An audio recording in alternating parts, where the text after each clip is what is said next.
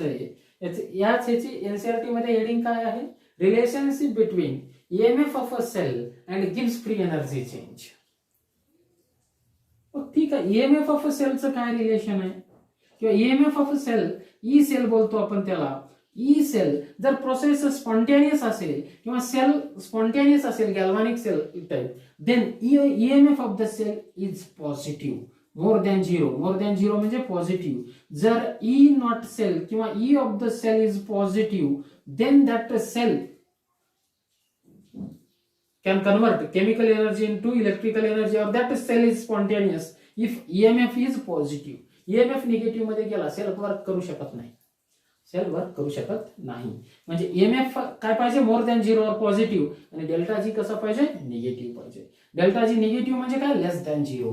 Delta G less than zero असेल आणि E of the cell more than zero असेल, then process is spontaneous और cell can do work.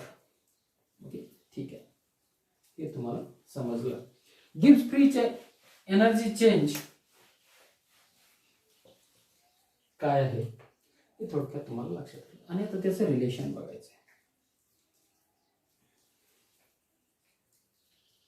Thermodynamics मध्ये system surrounding आहे बघा, त्याचा पार्ट इथे थोडं लागणार आहे. तर if delta G is negative, then process is spontaneous. And at that time system do work on the surrounding. त्यावेळेस काय होतं? सिस्टीम वर्क स्वतःहून करते कशावरती? सराउंडिंग वरती. आणि जेव्हा डेल्टा जी पॉझिटिव्ह असतो, process is non spontaneous and surrounding do work on the system. मग आता डेल्टा जी निगेटिव्ह असेल, delta G is equal to negative of काय? Negative of useful work done by system. Useful work done by system. इथं electrochemistry असल्यामुळे किंवा सेलचं work असल्यामुळे तुम्ही electrical work पण म्हणू शकता. Delta G is equal to minus of, कारण प्रोसेस स्पॉन्टेनियस होण्यासाठी मायनस लागतं, useful work done by system. मग इथं कोणतं वर्क आहे? Electrical work. आणि प्रोसेस रिव्हर्सिबल असेल तर युजफुल वर्क 100% असतं, म्हणजे ते वर्क वेस्ट होत नाही. प्रोसेस रिव्हर्सिबल असेल आणि रिव्हर्सिबल प्रोसेसमध्ये काय होतं? मॅक्झिमम वर्क होतं. बघा, या सगळ्या टर्म थर्मोडायनामिक्सशी रिलेटेड आहे. In reversible process maximum work done. Okay, maximum. Irreversible प्रोसेसमध्ये मॅक्झिमम वर्क होत नाही. मग delta G is equal to minus of electrical work done by that cell, W electrical. मग आता इलेक्ट्रिकल वर्क बरोबर किंवा W electrical is equal to Q into delta V. Can we write electrical work? बरोबर formula काय? Q into delta V. Q charge passing through that charge आणि delta V potential difference. delta V काय? Potential difference. बघा, मी हे करतो. delta V काय? Potential difference. V potential. delta V potential difference and Q काय? Charge passing from that cell etc. charge. मग sale मध्ये काय असतं रे? सेल मध्ये काय असतात? इलेक्ट्रोड असतात दोन, बरोबर आहे? गॅल्व्हॅनिक सेल मध्ये एक असतं एनोड, दुसरा असतो cathode. Electron passing from anode to cathode. Electron कुणाकडून काय पास होत आहेत? Passing from anode to cathode. Current passing from cathode to anode, बरोबर. मग जेव्हा 1 मोल इलेक्ट्रॉन पास झाले तेव्हा किती चार्ज पास झाला? 1 मोल इलेक्ट्रॉन वरती किती चार्ज असतो? 1 फराड. 1 फराड 1 इलेक्ट्रॉन वरती म्हणत नाही मी, 1 इलेक्ट्रॉन वरती किती असतो? 1.67 into 10⁻⁻19 कुलॉम. 1 मोल इलेक्ट्रॉन म्हणजे किती? 6.023 into 10⁻23 इलेक्ट्रॉन. 1 मोल म्हणजे तुम्हाला माहिती आहे किती असतं. आणि 1 मोल इलेक्ट्रॉन वरती चार्ज किती असतो? 1 फराड. आपण इलेक्ट्रोलायसिस मध्ये बघितलंय. 1 मोल इलेक्ट्रॉन वरती चार्ज असतो 1 फराड. मग n नंबर ऑफ मोल जर इलेक्ट्रॉन पास झाले त्या एनोड टू कॅथोड त्या सेल मध्ये, then charge passing through that cell is NF. Q is equal to NF. येते लक्षात? Q is equal to NF लिहू शकतो. Q is equal to NF. आणि potential difference delta V is equal to काय लिहिता येतं आपल्याला? Delta V is equal to EMF of the cell, बरोबर आहे? Delta V is equal to EMF of the cell, कारण सेल पोटेन्शियलची definition बघा, the difference in potentials of the two half cell is called as cell potential, बरोबर आहे. त्यालाच आपण EMF of the cell बोलतो. म्हणजे delta V is equal to EMF of the cell, Q is equal to NF त्या ठिकाणी ठेवा. म्हणजे इलेक्ट्रिकल वर्क डब्ल्यू इलेक्ट्रिकल किंवा electrical work done by cell और system is equal to NF E of the cell. इथं स्टँडर्डचा आणखी काही संबंध नाही, स्टँडर्ड मी लिहिलेलो नाही कुठे. म्हणजे electrical work done is equal to NF E into E of the cell. इतकं लक्षात आलं कसं आलं ते. ओके, क्यू कसं आलं. इलेक्ट्रिकल वर्क हे फिजिक्स मध्ये तुम्हाला झालेलं आहे. Electrical work W is equal to Q into delta V. Okay, Q काय, charge passing through that cell. आणि चार्ज पासिंग कशावरती डिपेंड असतं, number of moles of electron passing from anode to cathode. आणि एक मोल इलेक्ट्रॉन वरती किती charge असतो, एक फॅराडे. किती मोल्स वरनं काढता येईल ते, एनएफ वरनं आपल्याला चार्ज पासिंग थ्रू काढता येईल. समजा 2 मोल ऑफ इलेक्ट्रॉन पास झाले, 2 into F, 2 Faraday charge pass झाला. ओके, ठीक आहे. मग क्यू बरोबर एनएफ आलं. Delta V E of the E cell potential, cell potential आहे किंवा डेल्टा व्ही पोटेन्शियल डिफरन्स म्हणजे सेल पोटेन्शियल आहे. मग electrical work done by system is equal to NF E of the cell. Then delta G is equal to काय, minus electrical work. Delta G बरोबर काय, minus electrical work. बघा हे व्यवस्थित लिहून घ्या. मी जरी खालून नंतर वरती लिहिलं असलो तरी तुम्ही ज्या ह्याच्याने व्यवस्थित एकाखाली एक लिहून घ्या. ओके, बरोबर सिरियल नुसार. मग आता W electrical, delta G is equal to minus W electrical means delta G is equal to minus NF E of the cell. हा फॉर्म्युला लक्षात आला, कारण डब्ल्यू इलेक्ट्रिकलच्या ठिकाणी त्याची हे ठेवलंय मी. ओके, तर आता इथं डेल्टा जी गिव्स free energy change is equal to minus NF E of the cell झालं. आणि जर स्टँडर्ड लिहायचं असेल तर दोघांनाही स्टँडर्ड घेऊन लिहा. काय होतं, delta G not is equal to, delta G not is equal to, delta G not हे पण स्टँडर्ड गिव्स free energy change is equal to minus NF E not cell standard cell potential. इथं standard use केलं तर तिकडे पण. Okay, standard गिव्स free energy change is equal to minus NF standard cell potential. Okay, तर standard दोन्ही ठिकाणी नसेल तर delta G is equal to minus NF E of the cell. Okay, हा फॉर्म्युला यूज करायचा आहे. हे आहे रिलेशन बिटवीन गिव्स free energy and EMF of the cell. Okay, काढला याच्यावरती न्यूमेरिकल आहे, बऱ्याच वेळा विचारले जातात, ते आपण घेऊयात. न्यूमेरिकल कशा पद्धतीचे असतात, तुम्हाला सेल रिॲक्शन दिली जाईल, सेल रिॲक्शन देतात किंवा सेल रिप्रेझेंटेशन देतात, त्याच्यावरून तुम्हाला रिॲक्शन लिहिता आली पाहिजे. आणि तुम्हाला कॅथोड आणि एनोडचा सेल पोटेन्शियल, हे कॅथोड आणि एनोडचा इलेक्ट्रोड पोटेन्शियल देतात, स्टँडर्ड इलेक्ट्रोड पोटेन्शियल. त्याच्यावरून तुम्हाला ईएमएफ ऑफ द सेल काढता येतं आणि त्याच्यावरून तो सेल फिजिबल आहे किंवा नाही किंवा तो सेल स्पॉन्टेनियस आहे किंवा नाही हे काढायला विचारतात. ओके, डायरेक्टली ईएमएफ वरनं पण काढता येतं, बट जर ईएमएफ डेल्टा जी जर निगेटिव्ह आला तर दॅट सेल इज स्पॉन्टेनियस किंवा गिव्स फ्री एनर्जी चेंज करायला विचारतात. ओके, ठीक आहे, बघूयात. जेव्हा गिव्स फ्री एनर्जी चेंज निगेटिव्ह असतो तेव्हा सेल कसा असतो, स्पॉन्टेनियस असतो. जेव्हा गिव्स फ्री एनर्जी चेंज पॉझिटिव्ह असतो सेल नॉन स्पॉन्टेनियस. आणि इथं लक्ष द्या, जेव्हा EMF of the cell positive असेल, positive into negative, negative. Okay, EMF of the cell positive असेल तर तो सेल वर्क करेल म्हणजे स्पॉन्टेनियस असेल. ठीक आहे, जर EMF of the cell negative असेल, negative into negative, delta G पण पॉझिटिव्ह होईल आणि तो सेल काय वर्क करणार नाही. ओके, तर यावे नाही. ईएमएफ ऑफ सेल पॉझिटिव्ह पाहिजे आणि डेल्टा जी निगेटिव्ह पाहिजे तर तो सेल काय करतो, वर्क करतो किंवा स्पॉन्टेनियस असतो. ओके, ठीक आहे, याच्यावरती न्यूमेरिकल घेऊयात.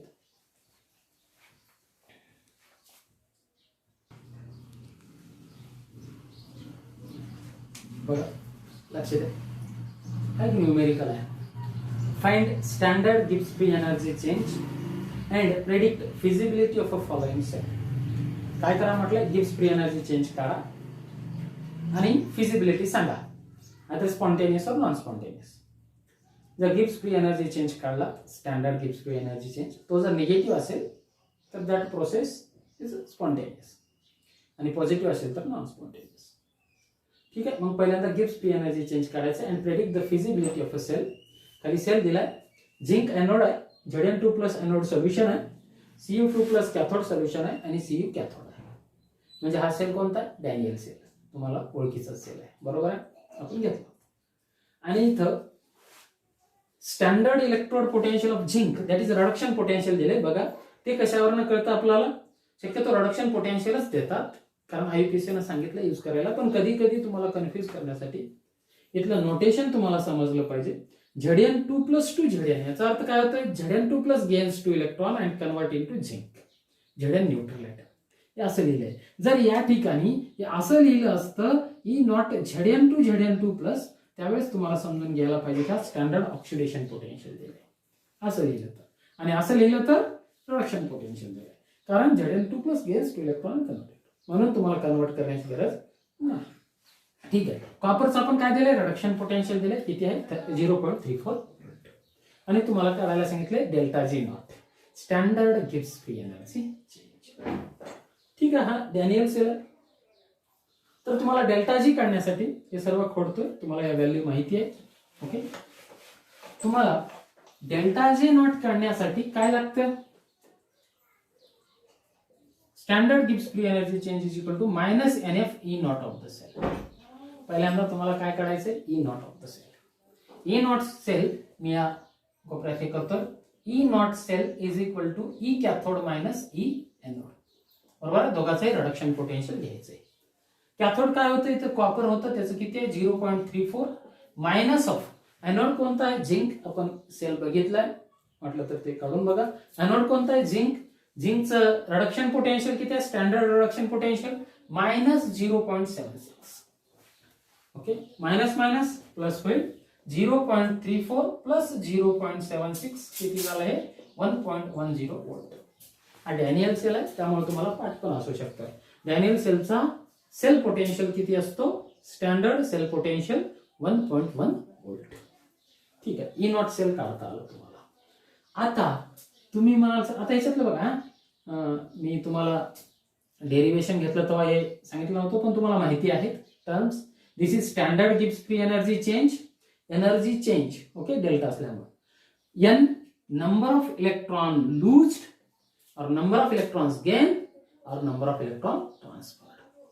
N काय आहे तुम्ही सांगतो? F फ्रायडे, ज्याची व्हॅल्यू असते 96,500 कुलॉम. ती माहिती आहे तुम्हाला. E0 सेल माहिती आहे, cell potential, standard cell potential. ठीक आहे. मग आता इथे N कसं काढायचं? तर N काढण्यासाठी तुम्हाला सेल असेल तर सेल रिॲक्शन लिहावी लागते, आणि सेल रिॲक्शन मध्ये जेवढे इलेक्ट्रॉन कॅन्सल करायचे आहेत that is nothing but the N. आता in Daniell cell at anode zinc loses 2 electron zinc atom and convert into Zn2+. At cathode Cu2+ gains 2 electron and convert into Cu. म्हणजे दोन्ही मध्ये पण electron same आहेत म्हणून हे cancel झाले. Zn+ Cu2+ याचं कॉन्सन्ट्रेशन 1 मोलार gives Zn2+ याचं कॉन्सन्ट्रेशन 1 मोलार प्लस Cu. या सेल रिॲक्शन काढत असताना किती इलेक्ट्रॉन कॅन्सल करावे लागले? 2. That is nothing but the N. N इथे किती आहे मग? 2. Number of electron loss, number of electron gain और number of electron transferred in a cell reaction किती आहे? 2. ओके. कॅन्सल किती करावं लागले? सेल रिॲक्शन लिहित असताना कम्प्लीट काही काही ठिकाणी इक्वल नसतात, दोन्ही मध्ये पण इक्वल नसतील, तेव्हा इक्वल केल्यानंतरचे इलेक्ट्रॉन किती कॅन्सल करावे लागले? That is equal to N. Okay. त्याच्या बरोबर किती असते? N. मग N ची व्हॅल्यू किती आली कळलं तुम्हाला? N is equal to 2. Number of electrons cancel while writing the cell reaction. मग delta G not is equal to minus, हे मायनसला मायनस झालं तसं 2 × 96,500 नियर अबाउट. फ्रायडेची व्हॅल्यू तुम्हाला माहिती आहे, कशी आली ती पण माहिती आहे. Charge present on 1 mole of electron ते आपण काढलंय. EMF ऑफ द सेल किती आहे? 1.1. Standard EMF of the cell. Okay. याचं कॅल्क्युलेशन करा. -2.2 × 96,500. ओके. इकडे करून घेऊयात आपण. 96,500 2.2 22 0, 22 0, 22 5 110, 11 आले, 22 6 132, 132 and 11, 143, 14 आले,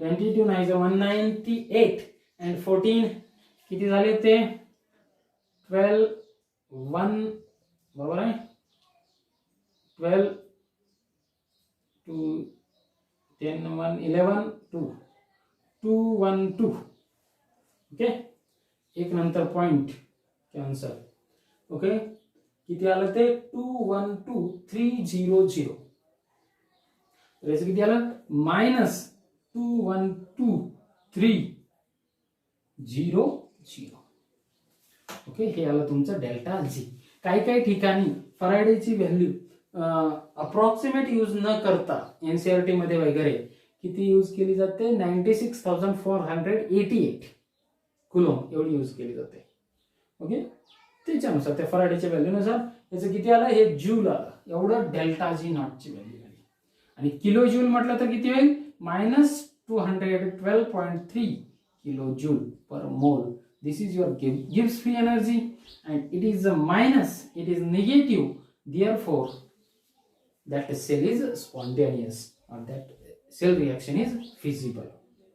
Okay, इथे लक्षात यावे ना एक न्यूमेरिकल झाला आहे डेल्टा जी नॉट तुम्हाला काढता येतं आणि त्यावरनं सेल फिजिबल आहे किंवा नाही किंवा तो स्पॉन्टेनियस आहे किंवा नाही हे काढता येतं.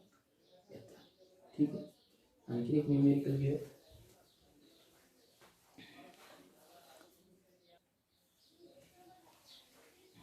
See, okay, hi, numerical आहे. The cell in which following reaction occurs. Cell reaction दिला इथं डायरेक्ट. ठीक आहे. मग सेल रिएक्शन दिलंय आणि ई नॉट सेल दिलंय इथं तुम्हाला काही काढायची गरज नाही. म्हणजे ई कॅथोड दिलं नाही आणि ई एनोड दिलं नाही. डायरेक्टली ई नॉट सेल दिलंय. इथे plus 0.236 volt at 298 Kelvin. Calculate the standard Gibbs free energy change. Delta G काढायला सांगितले. आता EMF of the cell positive आहे म्हणजे सेल स्पॉन्टेनियस आहे नो डाऊट इथे काही विचार करायची गरज नाही. ईएमएफ ऑफ सेल पॉझिटिव्ह असेल तर सेल स्पॉन्टेनियस आहे ईएमएफ निगेटिव्ह असेल तर सेल नॉन स्पॉन्टेनियस आहे. ठीक आहे म्हणजे डेल्टा जी निगेटिव्ह असणार आहे त्याच्यात काही प्रश्न नाही पण काढायचं आपल्याला डेल्टा जी. तर आता ही एक व्हॅल्यू तेवढी इथं लक्षात ठेवा 0.236 वोल्ट ईएमएफ मी खालचं कॅन्सल करतो. टेम्परेचर 298 केल्विन आहे त्याची काही इथं आपल्याला गरज नाही. आपल्याकडे फॉर्म्युला काय delta G is equal to minus NF sorry standard delta G not is equal to minus NF E not of the cell कारण स्टँडर्ड सेल पोटेन्शियल दिले म्हणजे काय काढायचंय standard Gibbs free energy change काढायचंय. Okay तर इथं N किती घेणार रिएक्शन लिहा परत कॅथोडच्या आणि एनोडच्या तर 2Fe3 plus convert into 2Fe2 plus कधी होईल हे बाय गेनिंग 2 इलेक्ट्रॉन बरोबर आहे काय. Fe3 प्लस Fe2 प्लस होऊ लागलाय एक इलेक्ट्रॉन गेन केल्यानंतर होतो पण 2 Fe3 प्लस चे 2 Fe2 प्लस होऊ लागलेत किती इलेक्ट्रॉन गेन करावे लागतील बाय गेनिंग 2 इलेक्ट्रॉन्स. ओके तर 2Fe2 प्लस ठीक आहे 2I मायनसचा I2 झालाय बाय लुजिंग 2 इलेक्ट्रॉन म्हणजे इथं काही आता हे करायची गरज नाही 2I मायनसचे काय झाले I2 झालाय solid bye losing 2 electron means 2 electron transfer झालेत म्हणजे n बरोबर किती आलं इथं 2 n बरोबर किती 2 मग n बरोबर 2 असेल तर -2 इंटू 96,500 इंटू 0.236 ओके तर याचं कॅल्क्युलेशन करून बघा. इथं काही जणांनी एनसीईआरटी मध्ये मॅक्झिमम टाइम इथं घेतलंय 96,488 एवढं घेतलंय ॲक्युरेट व्हॅल्यू घेतलंय त्यांनी. जर तुम्ही केलात तर तुम्हाला आन्सर भेटेल. कॅल्क्युलेशन करा तुम्ही घरी केलात तर आन्सर येईल -45,540 जूल आणि किलो जूल मध्ये किती -45.54 किलो जूल एवढं तुम्हाला आन्सर येईल per mole. Okay, Gibbs free energy change that is standard Gibbs free energy change delta G not एवढं येईल. ओके, तर एक क्वेश्चन घरी करण्यासाठी देईन आणि त्यानंतर आपण नेक्स्ट पॉईंट घेऊ.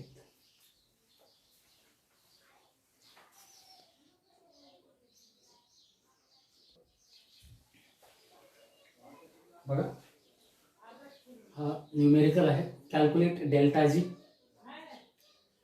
डेल्टा जी नॉट लिहा कारण इथे स्टँडर्ड असल्यामुळे. Calculate delta G not standard गिव्स free energy change for the following cell reaction. Cell reaction दिला आहे magnesium solid plus SN2 plus aqueous गिव्स Mg2 plus aqueous plus SN solid. ठीक आहे, सिंपल सेल रिएक्शन आहे. Magnesium anode आहे, tin cathode आहे. दोघांचाही रिडक्शन पोटेन्शियल दिले, इथे काही मेन्शन केलं नाही म्हणजे that is standard reduction potential आहे. मॅग्नेशियमचा -2.37 व्होल्ट SRP आणि टिन SNचा रिडक्शन पोटेन्शियल आहे -0.136 व्होल्ट. पहिल्यांदा standard EMF of the cell काढा आणि त्याच्यावरनं डेल्टा जी नॉट काढा. Delta G not is equal to -NF E not of the cell. N ची व्हॅल्यू तुम्ही काढा, F ची व्हॅल्यू माहिती आहे, त्यावेळेला डेल्टा जी नॉट काढून मला त्याचा आन्सर शेअर करा. ओके, डेल्टा जी निगेटिव्ह येईल 100%. ठीक आहे. ओके, आज इतकं पुरेसं आहे. आपण आज total relationship between standard EMF of the cell and standard गिव्स फ्री एनर्जी चेंज किंवा relationship between EMF of the cell and gives free energy change बघितलं. ठीक आहे, तर आज इतकं झालेलं आहे. बाकीचं नेक्स्ट लेक्चरमध्ये महत्वाचाच पार्ट आहे, नन्स इक्वेशन आपण पाहणार आहोत.